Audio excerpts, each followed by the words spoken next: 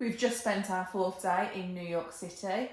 Today we visited Stardust Diner, got stuck in some extremely long queues at the American Natural History Museum, visited St Patrick's Cathedral, got caught in the rain and enjoyed a delicious Italian meal. For those of you that don't know us, I'm Laura and this is Lizzie.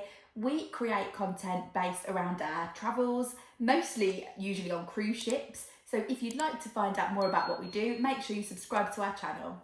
We started the morning quite early today because we wanted to go to Stardust Diner. We had been told by lots and lots of people the best time to go was breakfast because the queues aren't as big. So we walked there from our hotel, and when we arrived there wasn't a queue at all. We just walked straight in. Yeah, and we were seated upstairs in there, weren't we?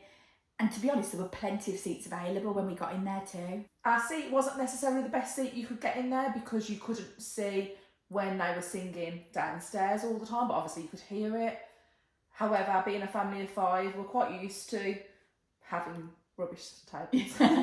There was a family that was seated next to us not long after we'd come in, and the lady seated there asked to move, didn't she? Because she wasn't impressed that you couldn't really see over the balcony.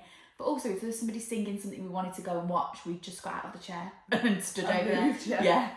We had heard mixed reviews about the food in there, people saying that it's not worth the price of it. We found the food was okay. Yeah. And people had also mentioned that there was a lot of pressure for tipping, which again, we didn't really think that there was. No. They do send a tip bucket around for you to tip the singers. And we were happy to put some money into that because they were fantastic. And they obviously knew who had already tipped because they didn't go back to them again. Yeah, it only came to our table once whilst we were in there. And for food, I had some chocolate chip pancakes, which were chocolate chip pancakes. There's not really a lot you can say about it. I had an omelette with tater tots. There were quite a lot of the tater tots. They were very, very filling. We were very jealous of Dad's bagel because he had a rainbow bagel. Joseph and his Technicolor bagel. Overall, it was an enjoyable way to spend breakfast. We didn't find that actually the food cost that much more than other tourist attraction type of places. Yeah.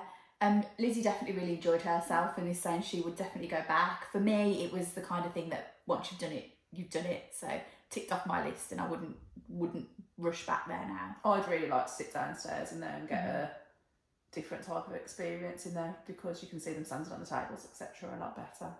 Following breakfast, we were heading over to the Museum of Natural History. We walked alongside Central Park, basically, to get there. Saw all the hot dog carts and things like that outside.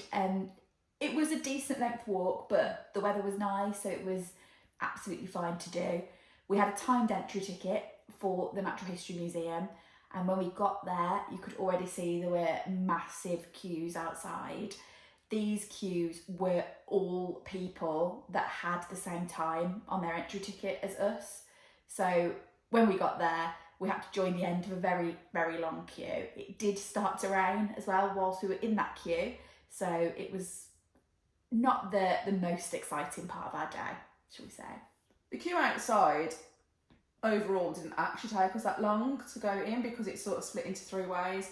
There were people outside who were turning up and they were told that if you didn't have a timed entry, you couldn't get into. People booking it straight away on their phone and then just getting into the queue.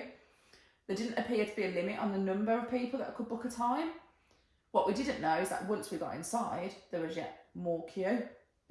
When we got in, there was a separation in the queue where if you got the city pass, you could go to a machine and check in on it.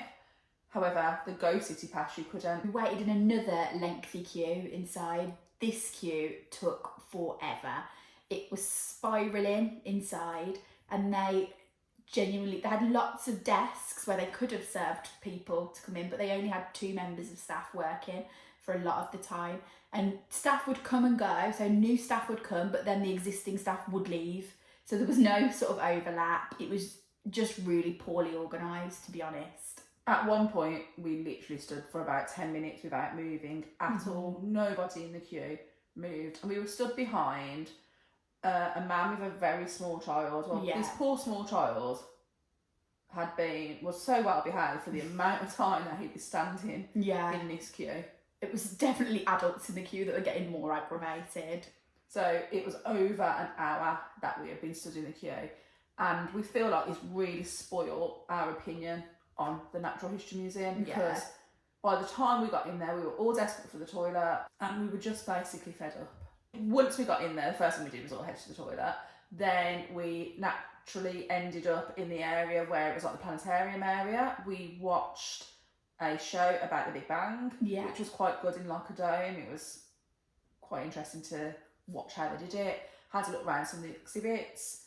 Went round an area where it was a lot about different natural disasters, such as volcanoes, earthquakes. Felt like it could have brought my class to teach them what I've got to teach them this year. And just had a look around some of those exhibits. There's quite a lot. It's quite overwhelming, the quantity, what you can look at. We then headed to the area that was essentially a lot of taxidermy, which I'm not sure we signed up for. But it was interesting to see some of the American animals, really, that we don't have at home. And we were amazed at the size of moose. They were ginormous. We also went through the underwater sort of area as well. Lizzie was really excited because we finally got to see some dolphins. And there was the giant blue whale, what do you call it, like model, that's, you know, a scale size, and the scale of it was really impressive. We then headed to the area of the museum where it's all about the dinosaurs. We were a little bit disappointed when we found out that actually all of the dinosaur bones weren't real. I don't know if that was a bit naive of us, but we thought there would be archaeological finds. There were archaeological finds there, but there weren't whole dinosaurs as such. They were bones. And by this stage, basically, we'd had enough because we'd been in there for quite a while. I actually think if it's something you're really interested in, you could spend a whole day in there because there's so much to see. We didn't really think about the scale of it before we went. Yeah, and we definitely would have enjoyed it more had we not been waiting in the queue for so long before we got in. We had booked our Ghost City pass for 3 days, and this was our final day of the 3 days. It would normally cost about $28. This was the only time when we felt like the attraction wasn't well set up. We'd not had a problem with massive queues anywhere else, despite them being busy. After the Natural History Museum, there was something I really wanted to do. Basically, the only thing I was really keen on doing in New York. So we headed across Central Park and walked through Central Park actually for this bit, and had a little view of it, but we didn't spend too much time in there. And we headed to the Met Steps, where I just wanted to live my Gossip Girl dreams and have a photo on the steps. And I'd watched a Netflix documentary about a week before we came out to New York about street food in New York. There was a man who worked at the Met Steps in his hot dog van, so I was determined to have a hot dog from him. So we did. We had a hot dog from him, and it was quite nice. It was just a hot dog. We had been checking the weather app because we knew that there was a chance of quite heavy rain today, and we looked and we could see that it was about to rain heavily. So instead of walking from the Met Steps to St Patrick's Cathedral, we decided to jump in a taxi. And this was definitely the right decision. By the time we got to St Patrick's, it was like torrential rain, so we sort of dived out of the taxi and straight inside, and then had a look around. It's free to go into St Patrick's Cathedral, and it is a beautiful cathedral. There are lots of areas dedicated to different saints, where this is obviously how they make all their money.